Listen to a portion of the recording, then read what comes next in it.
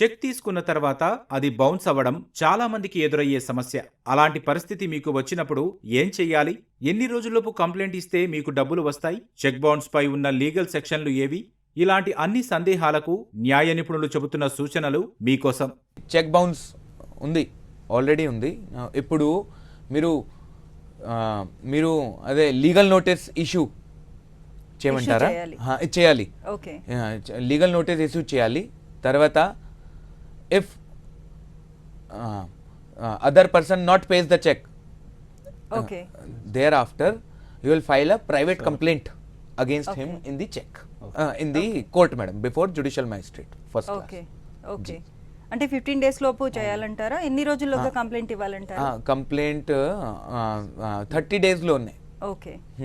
Complaint, the mandatory period is there. Thereafter, if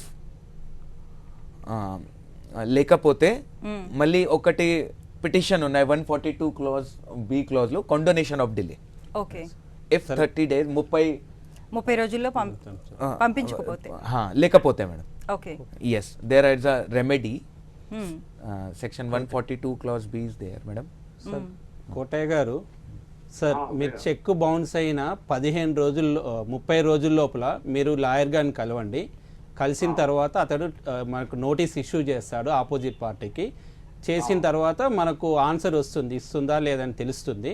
15 రోజుల లోపల తర్వాత మళ్ళీ ఒకవేళ మీకు డబ్బులు ఇస్తే అంతతో ఆగిపోతుంది. ఒకవేళ ఇవ్వలేదు అనుకోండి, అతను రిసీవ్ అయిన 30 రోజుల లోపల మీ లాయర్ గారు చేస్తారండి. చేశాక మీరు కేసు నడుస్తుంది, తక్కువ టైంలోనే మీకు పరిష్కారం వస్తుందండి. దీంట్లో మొదటగా మీరు లాయర్ గారిని కలిసి లీగల్ నోటీస్ ఇష్యూ చేయించండి సార్. 15 రోజులు తొందరగా వెళ్ళండి, 30 రోజుల లోపల వెళ్ళాలి బౌన్స్ అయిన రోజు నుంచి.